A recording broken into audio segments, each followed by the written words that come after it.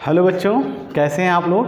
जैसा कि मैंने आपसे प्रॉमिस किया था, अब हम लेक्चर 4 की बात करेंगे और लेक्चर 4 में एक बहुत ही इंपॉर्टेंट टॉपिक के बारे में बात करनी हम लोगों को डिस्कशन करना है, जो कि है क्वांटम नंबर। बेटा बहुत ही ध्यान से इस वीडियो को आप देखेंगे, ये बहुत ही इंपॉर्टेंट वीडियो है आपके लिए।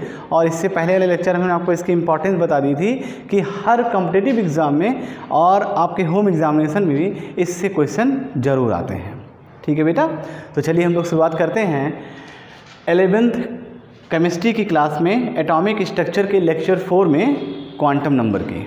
ठीक है, तो बेटा क्वांटम नंबर होते क्या हैं, पहले इस पर बात कर लेंगे। क्वांटम नंबर जाहिर सी बात है नंबर हैं, सेट ऑफ नंबर्स हैं जो किसी भी एटम के अंदर जो हमारा माइक्रोस्कोपिक पार्टिकल है जिसको हम इलेक्ट्रॉन बोलते हैं, उस इलेक्ट्रॉन की एक्चुअल पोजीशन क्या है उसके बारे में जानकारी देता है। साथ ही साथ में उसके एनर्जी के बारे में जानकारी देता है, उसके ओरिएंटेशन के बारे में जानकारी देता है। तो इन बहुत सारी जानकारियों को हम क्वांटम नंबर के थ्रू रिप्रेजेंट कर सकते हैं। ठीक है, तो क्वांटम नंबर की डेफिनेशन क्या होगी अगर आप इसको कहना चाहते हैं तो आप आसान शब्दों में बोल सकते हैं, quantum number is the set of number which gives the complete information about the electron which are present in atoms.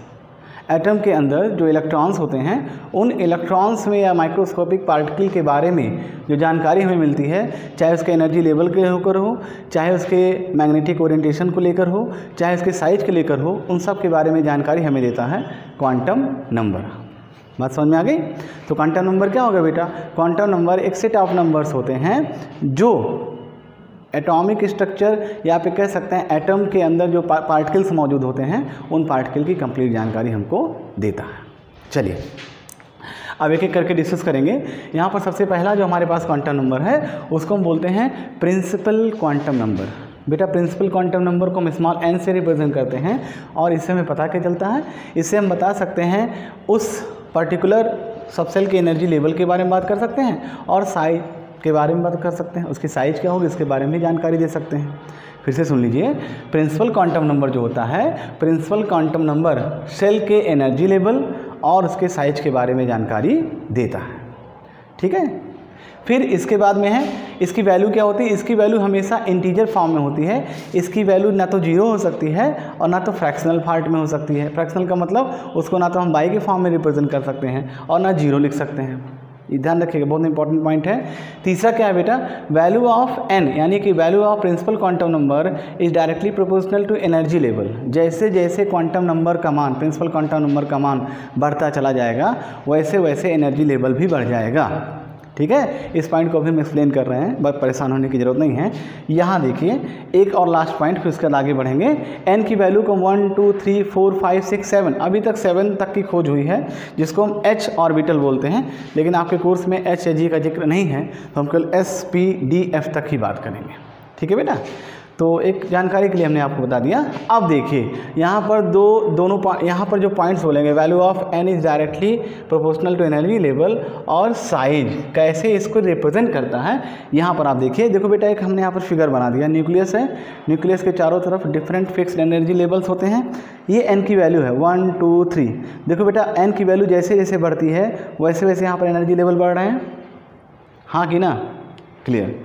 ठीक है, जैसे जैसे यहाँ पर देखो n की वैल्यू बढ़ रही है वैसे वैसे एनर्जी लेवल बढ़ रहा है, तो जाहिर सी बात है साइज क्या हो रही है, बढ़ रही है।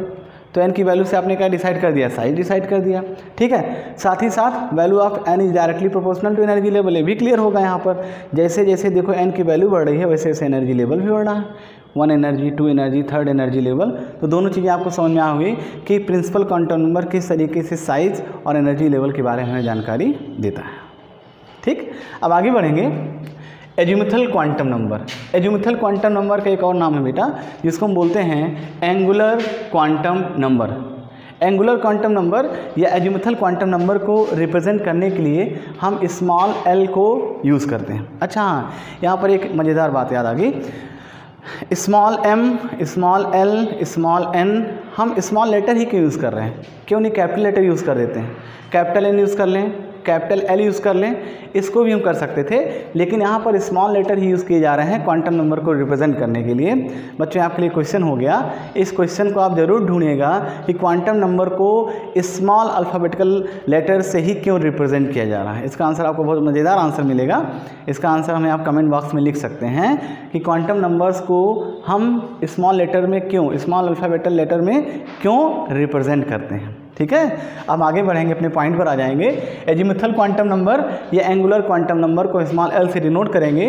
हमें क्या बताता है बेटा, एनर्जी और शेप दोनों के बारे में जानकारी देता है। किसी भी सबसेल की एनर्जी क्या होगी और उसका शेप कैसा होगा, उसके बारे में जानकारी हम एंगुलर क्वांटम नंबर या एजीमुथल क्वांटम नंबर से निकाल सकते हैं। दूसरा, इसकी जो वैल्यू होती है बेटा, इसकी वैल्यू किसके ऊपर डिपेंड करती है, एन के ऊपर। एन का मतलब क्या होगा यहाँ पे, प्रिंसिपल क्वांटम नंबर। अगर प्रिंसिपल क्वांटम नंबर है तब तो एल की वैल्यू आपको मिलेगी, अगर प्रिंसिपल क्वांटम नंबर नहीं मिल पा रहा है तो एल की वैल्यू को हम दूसरे तरीके से आइडेंटिफाई करेंगे, तरीका आपको बताया जाएगा। तो उसकी वैल्यू को, तो कहने का मतलब एन की वैल्यू के ऊपर एल की टोटल वैल्यू डिपेंड करती है बेटा। कैसे डिपेंड करती है उसको भी बता रहे हैं। यहाँ पर देखिए इसकी वैल्यू कहाँ से कहाँ तक होती है, इसकी वैल्यू 0 से लेकर n-1 तक हो सकती है, जहाँ पर n क्या है, प्रिंसिपल क्वांटम नंबर की वैल्यू होती है। ठीक है, अब कैसे इसको अप्लाई कराएंगे, देखो बेटा, अगर n की वैल्यू 1 हो जाएगी तो l की वैल्यू क्या हो जाएगी, 1 - 1 0, 0 तो होना ही है और 0 है ही है, तो इसकी वैल्यू क्या हो जाएगी, 0। बस समझ में आ गई। दूसरा देखिए, अगर n की वैल्यू 2 हो जाए, n की वैल्यू 3 हो जाए तो l की वैल्यू क्या हो जाएगी बेटा, 0 शुरुआत करेंगे, 0 हो गया और 3 में से 1 करेंगे तो 2 आएगा, और 2 के पहले 1 भी रखते हैं। ध्यान रखिएगा, ये नहीं कि 3 - 1 = 2 केवल लिख के चले आएंगे, 2 से पहले भी तो एनर्जी लेवल एक आएगा यहाँ पर, उसको भी लिखना पड़ेगा। तो n = 3, यानी कि n की वैल्यू अगर 3 है तो l की वैल्यू क्या हो जाएगी, 0, 1 और 2। सभी लोग ध्यान देंगे, खाली 2 नहीं पोस्ट करके चले आना है, यहाँ पर आपको 1 लिखना, 1 के बाद ही तो 2 आएगा, डायरेक्ट ये लेवल जनरेट नहीं होगा। इसीलिए यहाँ पर n की वैल्यू अगर 3 है तो l की वैल्यू 0, 1 और 2 हो जाएगी। तो वहाँ पर जो आपको बताया गया कि इसकी वैल्यू n के ऊपर डिपेंड करती है, उसको आप यहाँ देख सकते हैं। ठीक है, अब हम पता करेंगे शेप के बारे में। शेप कैसे बताता है, ये बहुत ही इंपॉर्टेंट है, इससे पहले के लेक्चर आपको बताए गए हैं, उन्हीं को यहाँ पे जोड़ा जाएगा बहुत ही आसान तरीके से। देखो बेटा, एक ट्रिक है, अगर एल की वैल्यू 0 है तो एस सबसेल की है, और एस सबसेल का शेप कैसा होता है बताओ, स्फेरिकल, वेरी गुड। उसके बाद में अगर एल की वैल्यू 1 है तो वो पी सबसेल के लिए है, और पी का शेप बताया गया है। अगर L की वैल्यू 2 है तो वो D सबसेल के लिए होगा, और D सबसेल का शेप बताया गया है। अगर L की वैल्यू 3 कहीं आपको मिल रही है तो वो F सबसेल के लिए है, और F सबसेल का शेप आप जानते हैं कॉम्प्लिकेटेड शेप होता है। तो बेटा ये एक ट्रिक है, इसको आप याद कर लीजिए, 0 1 2 3 SPDF। L की वैल्यू के अकॉर्डिंग आप शेप भी निकाल सकते हैं, और साथ ही साथ किस सबसेल के बारे में बात हो रही है उसकी जानकारी भी दे सकते हैं। सारी चीज़ों को आप एक साथ सीखिए, बाद में न्यूमेरिकल के फॉर्म में इसको आपको वहाँ पर अप्लाई करना है। ठीक है बेटा, तो ये 2 क्वांटम नंबर आपके सामने डिस्कस किए गए, जिसमें पहला था प्रिंसिपल क्वांटम नंबर और दूसरा था एजीमुथल क्वांटम नंबर। अब नेक्स्ट वीडियो लेक्चर में हम डिस्कस करेंगे, हमारे पास 2 क्वांटम नंबर और बचे हैं, जिसका है मैग्नेटिक क्वांटम नंबर और स्पिन क्वांटम नंबर। इन दोनों को हम डिस्कस करेंगे तो इस लेक्चर को कंप्लीट किया जाएगा। ओके बेटा,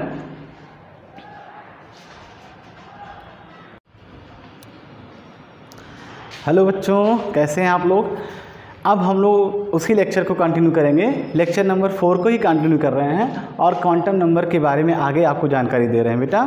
इससे पहले आप लोगों ने 2 क्वांटम नंबर, जिनको हम प्रिंसिपल क्वांटम नंबर और उसके बाद में एजीमुथल या एंगुलर क्वांटम नंबर आपको बताया, उसके बारे में जानकारी दी, कैसे उसके वैल्यूज़ को इम्प्लीमेंट करेंगे, सारी चीज़ें आपको बताई। आज के इस लेक्चर में बाकी बचे हुए 2 क्वांटम नंबर को हम डिस्कस करेंगे। तो चलिए आगे बढ़ते हैं। यहाँ पर देखो बेटा, अगला जो आपका 3rd क्वांटम नंबर है वो है magnetic quantum number. Magnetic quantum number को स्मॉल m से डिनोट करते हैं। साथ ही साथ ये हमें क्या बताता है, ये हमें किसी भी सबसेल के ओरिएंटेशन के बारे में बताता है। मेरे बच्चों, आपको हमने कहा था कंफ्यूज नहीं होना, सबसेल का मतलब हम उस पर्टिकुलर सबसेल के हर एक ऑर्बिटल की बात करेंगे, और हर एक ऑर्बिटल का ओरिएंटेशन क्या होगा उसके बारे में जानकारी देता है हमें मैग्नेटिक क्वांटम नंबर। साथ ही साथ में इसकी वैल्यू किसके ऊपर डिपेंड करेगी, L के ऊपर डिपेंड करेगी, और L की वैल्यू को कैसे यहाँ पर एक्सप्लेन करेंगे, L की वैल्यू को हम लेके चलेंगे जो कि मैग्नेटिक क्वांटम नंबर की भी वैल्यू होगी, वो वैल्यू होगी -L से लेकर +L तक।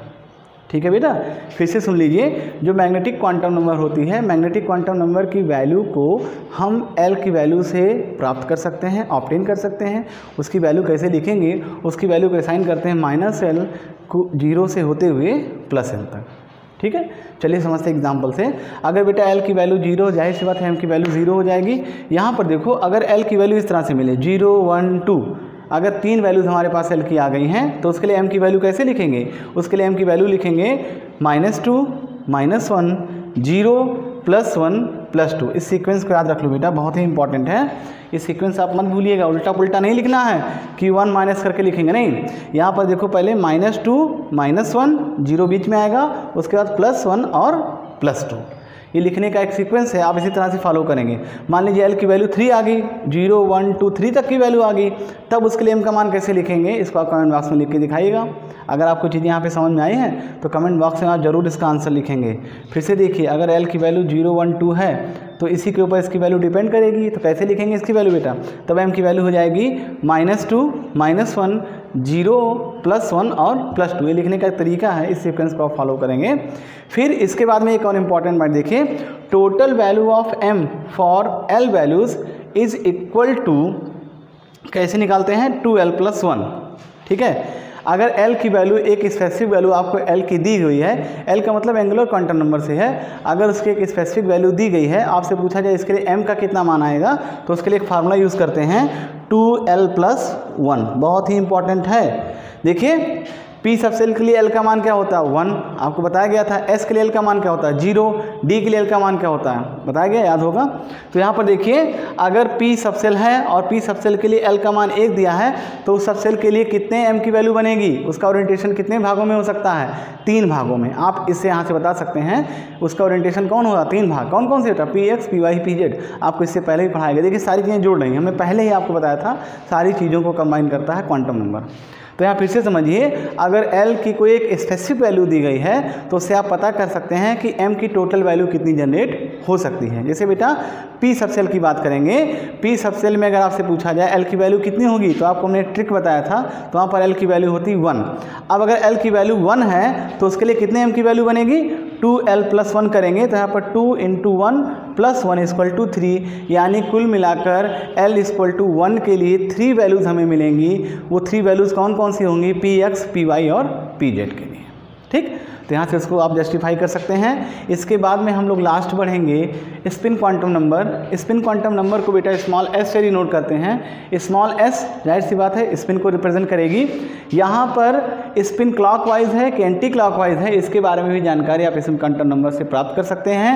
हर एक रोटेशन के लिए जो वैल्यू दी होती है वो होती है +½ और -½ बेटा अभी तक आपके दिमाग में एक कॉन्सेप्ट है कि इलेक्ट्रॉन एक सर्कुलर पाथ में लगातार रिवॉल्व करता रहता है, लेकिन ऐसा नहीं है। थोड़ा सा यहाँ पे टाइम देंगे।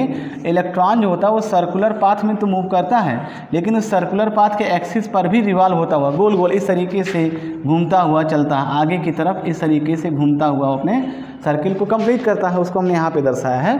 मान लीजिए सर्कुलर पाथ का एक एरिया हमने बनाया है। अब यहाँ पर जो इलेक्ट्रॉन होगा इस सर्किल पर इस तरह से मूव करते हुए चलता है।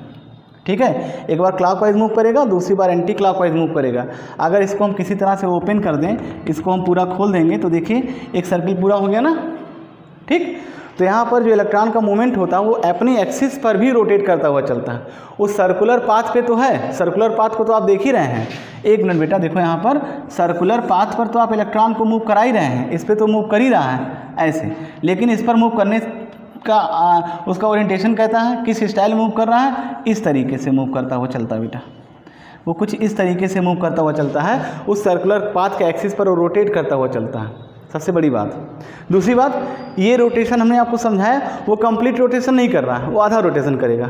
एक बार क्लॉकवाइज घूमेगा, दूसरी एंटी क्लॉकवाइज घूमेगा, आगे खिसक जाएगा। जैसे कोई पेच इसमें फंसा रखा आपने चूड़ी में, तो एक बार आगे घुमाया, एक बार पीछे घुमाया, तो एक स्टेप क्रॉस हुआ, एक बार आगे एक बार पीछे, तो एक स्टेप क्रॉस हुआ। तो कुछ इस तरीके का रोटेशन इलेक्ट्रॉन करता है।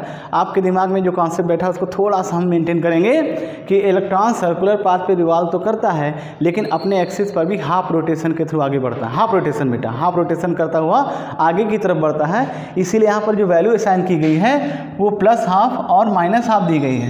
नहीं तो हम +1 लिख देते, लेकिन नहीं, क्यों? क्योंकि ये प्लस हाफ और माइनस हाफ आगे और पीछे, आगे और पीछे, आगे और पीछे कुछ इस तरह से मूवमेंट करता हुआ चलता है, इसलिए इसकी वैल्यू को हाफ से डिनोट करते हैं। बहुत इंपॉर्टेंट क्वेश्चन बनते हैं। अगर आपसे कोई पूछता है कि स्पिन क्वांटम नंबर की वैल्यू को हाफ ही क्यों असाइन किया गया है, तो आप बताएंगे कि सर वो कभी भी कंप्लीट सर्किल को नहीं पूरा करता है, बल्कि उसी सर्किल पर हाफ रोटेशन शो करता है। एक बार वो क्लॉकवाइज मूव करेगा, दूसरी बार एंटी क्लॉकवाइज मूव करेगा, इसलिए हर एक वैल्यू को हम हाफ से डिनोट करते हैं। ठीक है बेटा। अब यहाँ पर देखिए, ऊपर वाली एरो प्लस हाफ और नीचे वाली एरो माइनस हाफ को डिनोट करेगी। इससे आपको पता चल जाएगा कि उसका रोटेशन कंप्लीट 1 हो जाएगा। ठीक है। अच्छा देखिए, total number of values of s for n = 2n²। आप बहुत पहले भी पढ़ चुके हैं भाई, जितने इलेक्ट्रॉन होंगे उतने स्पिन क्वांटम नंबर आएंगे। हर एक इलेक्ट्रॉन का अपना अलग अलग स्पिन क्वांटम नंबर होगा। तो उसी चीज़ को यहाँ पर बताया गया है कि जितने इलेक्ट्रॉन होंगे, ठीक है, किसी भी n के लिए जितने इलेक्ट्रॉन होंगे, 2 और 18, 32, 64 जितने भी इलेक्ट्रॉन होंगे, सब इलेक्ट्रॉन अपने अपने पे मूव, ये थोड़ी कि एक मूव करेगा बाकी बैठे रहेंगे, नहीं, सब मूव करेंगे और सब के लिए अलग अलग आप स्पिन क्वांटम नंबर बताएंगे। 64 इलेक्ट्रॉन, 64 स्पिन क्वांटम नंबर। तो उसी चीज़ को इस पॉइंट में बताया गया है। तो बेटा आपका एक यहाँ पर कंप्लीट टॉपिक खत्म हुआ, जिसको हम बोलते हैं क्वांटम नंबर। उम्मीद है आप लोगों ने इस टॉपिक को एंजॉय किया होगा और साथ ही साथ सारे कॉन्सेप्ट को समझा भी होगा। कहीं कोई प्रॉब्लम होगी तो उसको आप कमेंट बॉक्स में ज़रूर रखेंगे। पूरा प्रयास किया जाएगा कि इसको हम फिर से एक अच्छे तरीके से आपके सामने रख सकें, आपको बता सकें। ठीक है बेटा। तो आज की क्लास यहीं पर ख़त्म हो रही है। अगले लेक्चर में हम एक और इंटरेस्टिंग टॉपिक को लेकर आगे बढ़ेंगे, जिससे आप अपने नॉलेज को इंक्रीज कर सकते हैं। थैंक यू बेटा।